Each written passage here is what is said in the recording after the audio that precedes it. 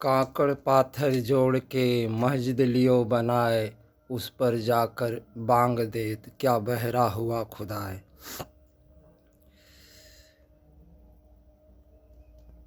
ये जो दोहा है मुस्लिम धर्म के मानने वालों के लिए कहा गया है। और एक और दोहा है कि पर्वत पूजूं पूजूं पहाड़, उससे चाकी भली पीस खाए संसार। ये जो दोहा है ये हिंदू धर्म के लोगों के लिए कहा गया तो इन दोनों दोहों पर हम आज चर्चा करेंगे। पहला दोहा जो मुस्लिम धर्म के लिए है कि काकड़ पाथर जोड़ के मस्जिद लियो बनाए, उस पर जाकर बांग देत क्या बहरा हुआ खुदाए। यहाँ पे कबीर जी ने मुस्लिम धर्म का उपहास उड़ाते हुए कहा है कि आपने ईंट पत्थरों का एक मस्जिद बना लिया और उस पर जाकर के खड़ा होके जो अजान देते हैं, जो बहुत ज़ोर ज़ोर से अजान देते हैं, तो खुदा को क्या धीरे कहने से सुनाई नहीं देता? क्या खुदा बहरा है? लेकिन मैं आपको बताना चाहूँगा खुदा बहरा नहीं है। वो खुदा के बंदों को सुनाने के लिए ज़ोर ज़ोर से बोलता है कि जितनी दूर आवाज़ जाए उतने लोगों को पता चल जाए कि अब अजान का समय हो चुका है।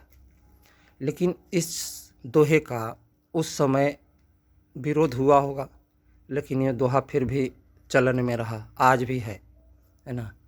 तो ये कहना यही है कि खुदा के बारे में इतनी बड़ी बात की गई, लेकिन उस दौर में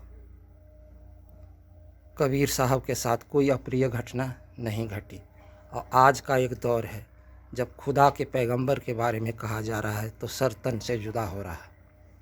क्या आपके पूर्वज अक्लमंद नहीं थे, होशियार नहीं थे, उन्हें कुरान का ज्ञान नहीं था?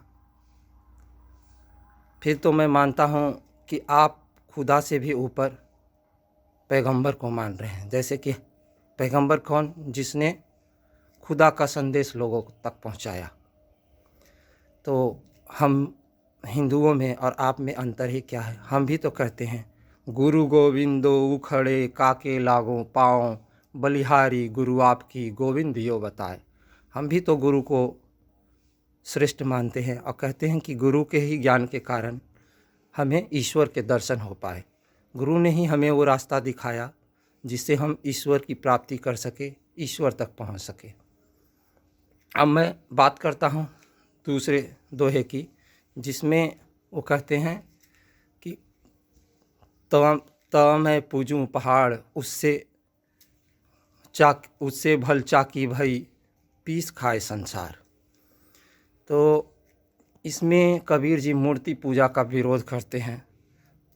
माफ़ कीजिएगा, मैंने पूरा दोहा नहीं बोला, लेकिन इस दोहे में कबीर जी मूर्ति पूजा का विरोध कर रहे हैं, है ना। वो कह रहे हैं कि पत्थर को पूजने से अच्छा है, अगर पत्थर को पूजने से भगवान मिल जाते हैं तो उससे बढ़िया है कि मैं पहाड़ को पूजूं, तब तो भगवान और जल्दी मिल जाएंगे, है ना।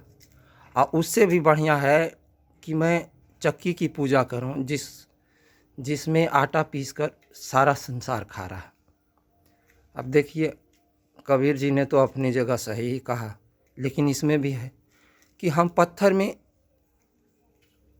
को पूजते हैं, लेकिन किस लिए पूजते हैं? क्योंकि अगर कोई हमारे सामने प्रत्यक्ष रूप में रहता है तो अपनी भावनाओं को व्यक्त करने में आसानी होती है, और अप्रत्यक्ष रूप में जो है उसके साथ भावनाएं जोड़ने में थोड़ी बाधा होती है। इसीलिए लोग एक मूर्ति बनाते हैं, है ना, और उसकी पूजा करते हैं ताकि उन्हें आसानी हो, है, उन्हें वो अपने भावनाओं को व्यक्त करते हैं। तो हिंदुओं से भी यही कहना है कि उनके भी पूर्वज मूर्ख नहीं थे जिन्होंने इस दोहे का विरोध नहीं किया। लेकिन आज एक फिल्म बनती है जिसमें पंडित को पाखंडी या कुछ और कहा जाता है ना, तो उसका बहुत विरोध होता है। और जब आपके भगवान के बारे में ऐसा कहा गया तो कोई विरोध नहीं हुआ। तो आप कमेंट करके बताएं क्या मैं सही कह रहा हूँ। इस वीडियो को, इस चैनल को सब्सक्राइब करें, वीडियो को शेयर करें, लाइक करें। और आपको अगर लगा होगा कि मैंने कुछ अनुचित बात की है तो उसके लिए मैं क्षमा प्रार्थी हूँ।